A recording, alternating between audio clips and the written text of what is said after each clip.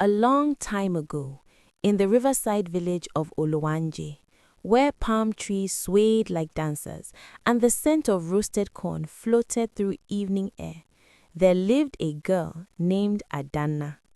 She was the only daughter of Baba Kelechi and Mama Ifunaya, humble farmers known for their kindness. And Adanna was stunning. Her skin glowed like honey under sunlight. Her smile could pause conversation.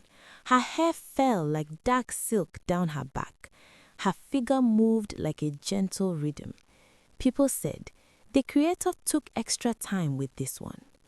But while heaven blessed her face, it forgot to humble her heart.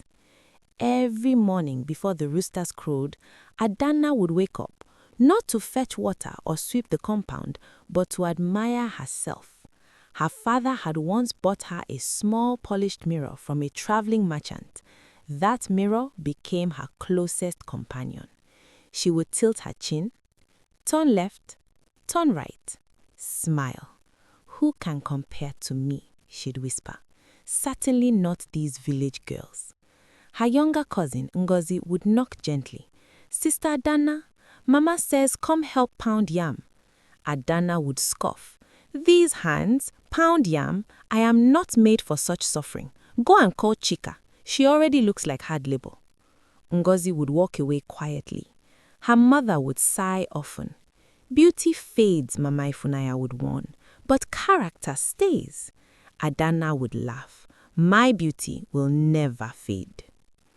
As the years passed, her childhood friends began to marry. Chika married a fisherman with rough palms but a gentle voice. Amara married a school teacher who owned only 2 shirts but spoke kindly to everyone.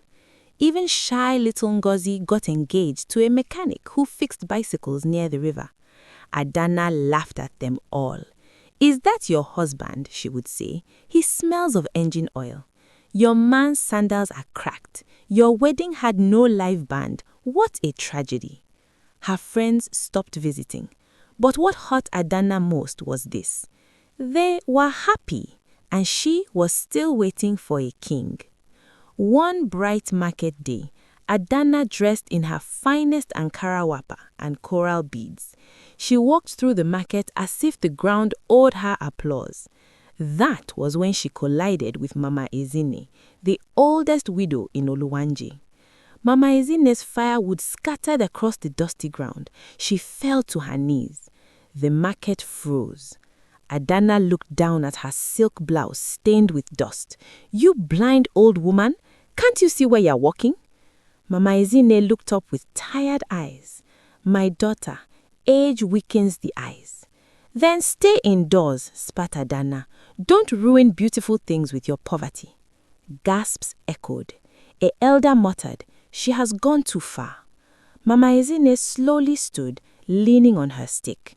She looked at Adanna, not with anger, but disappointment. The mirror you adore, she said quietly, will soon refuse to recognize you. The wind rose suddenly. Even the market drums went silent.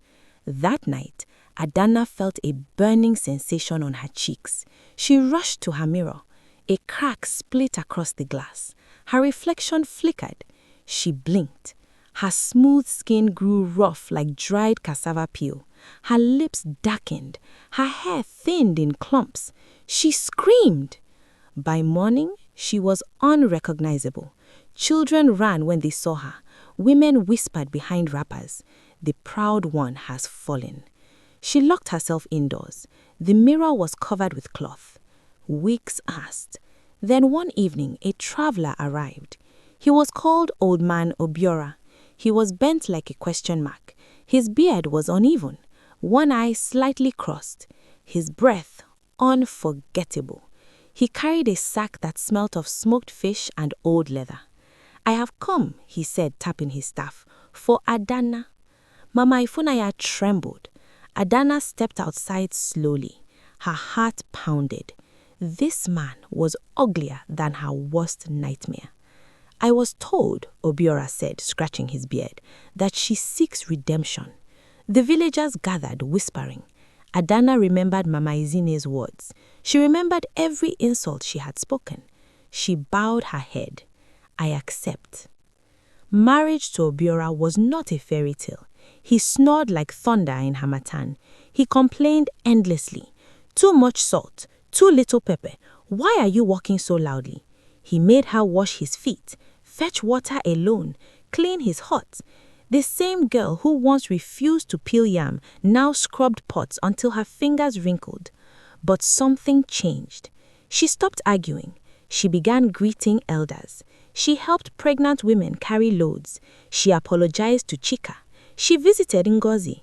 She even repaired the roof of Mama Izine's hut during rainy season. The village began to see something new. Not beauty, but kindness. One night, exhausted from helping a sick child, Adanna fell asleep under the moonlight. She dreamed of Mama Izine. My daughter, the old woman said, glowing softly, you have learnt. The next morning, Adanna bent over the river to fetch water. She froze. Her reflection shimmered. Her skin was radiant again. Her hair full. Her eyes alive. But something was different. There was gentleness in her face. Peace. She ran home. Old Man Obiora was standing outside, but he was no longer bent. His back was straight. His beard trimmed. His eyes clear and wise. The sack was gone. The smell was gone. He looked dignified. I was sent, he said calmly, to test your heart. Before the stunned villagers, Mama Izine appeared. She was not just an old widow. She was the village's hidden guardian, keeper of balance and wisdom.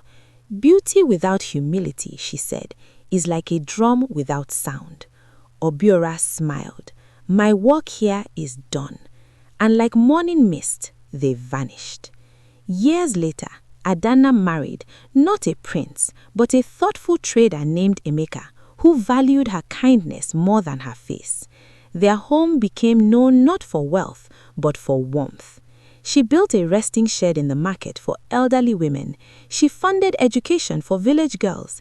She kept her old cracked mirror, not to admire herself, but as a reminder. Whenever young girls began praising their beauty too loudly, she would smile gently and say, your face may open doors, but your heart decides who stays. Pride builds a throne of sand. Humility builds a home made of stone. True beauty is not what people see in sunlight. It is what remains when the light goes out.